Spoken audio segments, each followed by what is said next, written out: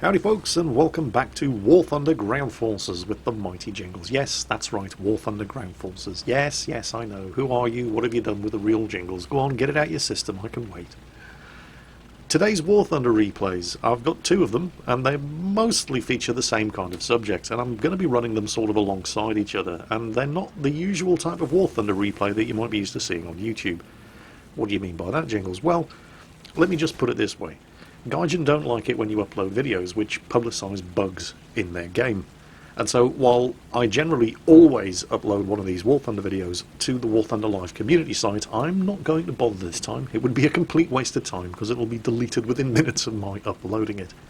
Because today's video showcases some of the funnier bugs in War Thunder Ground Forces. Now, War Thunder does make a big deal about being more realistic than its competitors, and that's certainly true.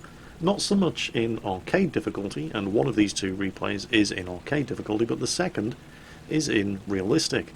And certainly in realistic, and definitely in simulator, War Thunder is definitely one of the more realistic of the tank simulators out there. The thing is, with War Thunder, they're basically using a flight sim graphics engine, and it's a very, very impressive flight sim graphics engine, but when you put things that are supposed to be up in the air down on the ground, and you introduce physics, things have a habit of becoming very, very amusing very, very quickly when they start to go wrong.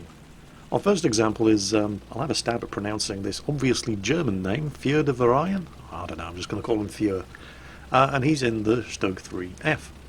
And it's not really about, well, what he gets up to in this game, because he doesn't get up to an awful lot. This is an arcade battle on the first of the urban maps that was introduced into War Thunder quite some time ago, set in Poland. Now, if you're expecting furious close-quarters combat tank battles, you're going to be disappointed for the moment, because that's really not what this section of today's video is about. Führer has a very, very unimpressive game. He only fires 2 or 3 shots this entire match, but he found something slightly more amusing to do than take shots at the enemy.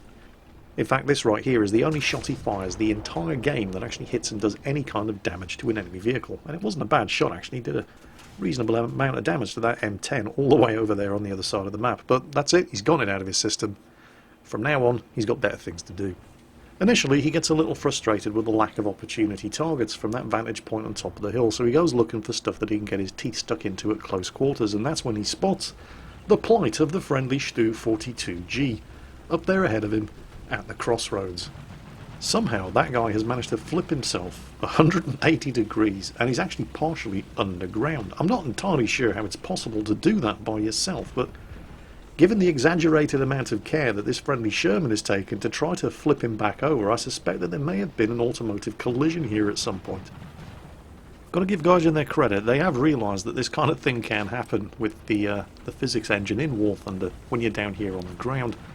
And so a while back they introduced the tow cable mechanic, where you could attach a cable from yourself to a tank in trouble, just like this Stu-42G, and use it to right them and get them back into the action.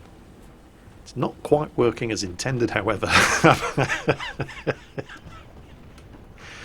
Well, we're going to come back to Führer's ongoing efforts to get this Stug the right way around, and while that's happening, we're going to switch over to another replay. This is the Undestroyed, and this is a realistic battle, so the physics are a little more realistic, and he is in the British Cromwell Mark I, and he's on the Stalingrad map. That's right, Stalingrad, that famous realistic battle in 1943 where the British and the Germans and the Russians fought against the British and the Germans and the Russians and the Americans. Can't forget the Americans for control of the city that bore Stalin's name on the banks of the Volga River. Realistic battle. Anyway, that's not important. A couple of things to bear in mind when you're watching this particular replay. It's a realistic battle, and you wouldn't normally, and that is going to explain a lot of the behaviour that you see in the course of this particular realistic battle replay. You would not normally see the red markers for enemy tanks. Now, you can see them here on YouTube because this is a replay, but the players at the time are not nearly as stupid as the Undestroyed is going to make them look. They would not necessarily be aware that there was an enemy tank on their flank unless they had actually turned around to look in that direction. So bear that in mind, and let's not be too critical of the tanks that he's going to be carving up during the course of this particular replay. So he's in the Mark I Cromwell. 75mm gun, not bad. Terrible armour, but manoeuvrability, pretty good. Of course, in an urban map like this, manoeuvrability is good, but it's not nearly as good as having decent armour. And the Cromwell definitely doesn't have decent armour, or at least, well, you'd think so. Anyway, there's his first victim. Does not appear to... Well, he must know he's getting shot at, but he doesn't actually appear to know from which direction the fire is coming. And he hasn't killed him, but he's put him out of action, and I think somebody else got the killing blow. And now here, look at this. So many targets. Which one are you going to go for first? He's going for the Panzer. First shot. Does a lot of damage. Doesn't take him out. KV-1 at the rear there. Second shot. Hits in exactly the same place. Further damage to the ammo rack. Further crew damage. Finally knocks him out. Notice everybody else around him. No idea whatsoever that there's actually an enemy tank on the flank. Gonna go for the KV-1. No, didn't quite... Oh, he did just manage to reload in time, but it bounced off the rear armour. Here come more enemy tanks. Again, blissfully unaware of the fact that there's a Cromwell pouring fire into their flanks. At least until they start taking hits. And to be fair, the best thing that you can do when you're already moving in that kind of situation is to keep moving. But check this Panzer III. He's just been hit from the flank. He's hit again. He's not even bothering to turn his turret around. Okay. Non-penetrating hit. Plenty more where that one came from. There we go. Knocked him out. Now the KV-1. Oh, wait. There's another tank. It's another Panzer, and he's got the back of his turret to shoot at. He's making them look like absolute chumps here as he switches fire to the KV-1. But again, we have the benefit of watching this via a replay, so we're seeing all of these target markers that the players at the time wouldn't necessarily have seen. Here comes a KV-2. Watch this. His first shot wrecks the breech of that 152mm howitzer and damages the turret ring and does some damage to one of the crew. Second shot, further crew damage. Narrowly misses hitting the ammo rack at the back of the turret there with shell splinters. Third shot, angled turret, bounces off harmlessly. Well, it's fairly safe to say that at least the KV-2 is now aware that he's here on the flank, but how many of the rest of the enemy team are? There's a Panzer III who still has absolutely no idea that there's a Cromwell pouring fire into and killing everything that drives along this side of the map.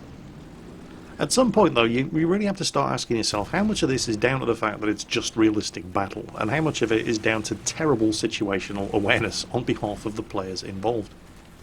Oh look, the destroyer appears to be aware that there is an enemy tank on his flank. It's not that hard, is it? You just look around every now and then. Now, while the destroyer is focusing this KV-2, which is the smart thing to do, because if the KV-2 has repaired the breach of that howitzer, he can end him in one shot. Pay attention to what's going on in the chat box down there in the bottom left side of the screen. The Panzer IIJ behind him was being engaged by an M4 Sherman. The Sherman has just been set on fire by a Verbal Wind self-propelled anti-aircraft gun. And another one has just joined the party. There's a Gepard over there, and he has just jammed the turret ring of the destroyer's Cromwell. So he's got two confirmed enemy tanks in front of him who both know he's there. That fire coming from the other side of the building is yet another self-propelled anti-aircraft gun, this time a Verbal Wind, who's engaging a 3-inch gun carrier as this KV-2 comes lumbering around the corner in company with yet another self-propelled anti-aircraft gun. And the destroyer's just lost his gun barrel. And this is where things start to take a turn for the surreal. He's now being pushed, pulled, shoved around and shot at by a minimum of 3, and I'm pretty sure soon 4 enemy vehicles, including a KV-2. And I think the only reason he's still alive at this point, despite having his turret ring solidly jammed in place and his own gun barrel blown off, is because that KV-2 hasn't repaired the breach of his howitzer yet. But he's still getting shot at by 3 self-propelled anti-aircraft guns, and he's only in a Cromwell. And it's at more or less this point where the physics, which has been doing a reasonable job so far, decides, screw it, I've just had enough. And the KV-2 actually drives into him. So, while he's sitting there completely wrecked and yet still somehow alive, I mean, his engine's been knocked out, his turret ring's jammed, his gun's been blown off, and the tracks are gone on both sides of his tank, and he figures, well, as long as I'm still alive, I may as well start repairing. So that's exactly what he does, while getting shot at by 3 guns, with a KV-2 vigorously trying to have sex with his turret.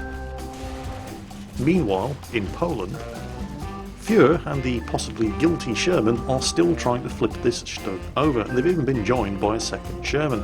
They've all got tow cables attached. And remember, this is exactly what tow cables are for, in order to correct physics-based snafus exactly like this. But that Stug is so firmly wedged into the ground on that crossroads there by his casement and gun that they're just finding it completely impossible to flip him over. A 4th friendly tank turns up, this time the Panzer.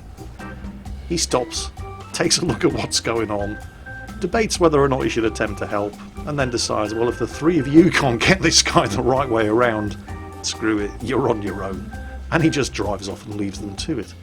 Meanwhile, back in Stalingrad, the destroyer has just managed to repair his gun, and that's incredibly bad news for that flak Panzer. 1 down, 3 to go.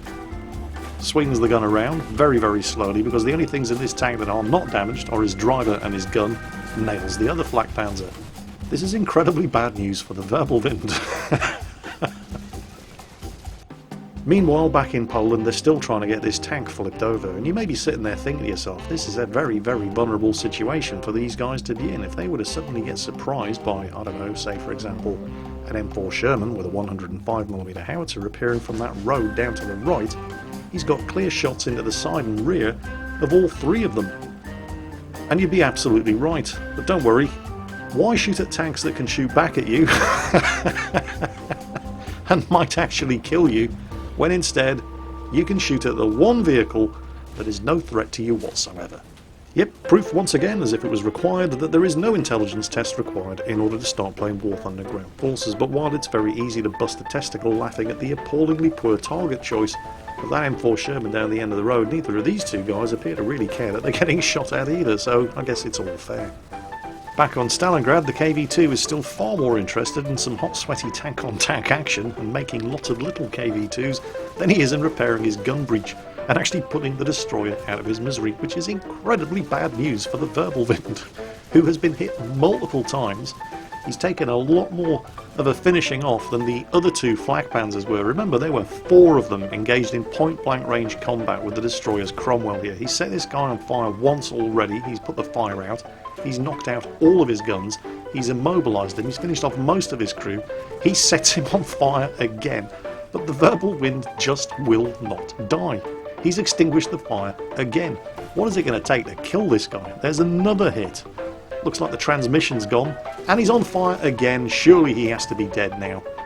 Right about now, that KV-2 has got to be feeling pretty nervous.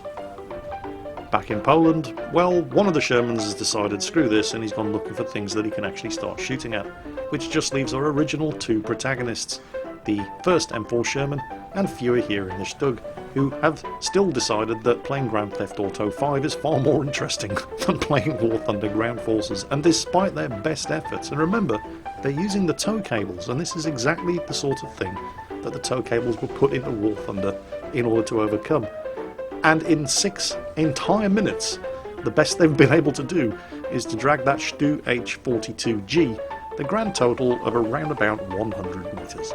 Working as intended, all of which brings us once again back to Stalingrad, scene of that famous 1943 realistic battle, British victory over the combined forces of Germany and Russia.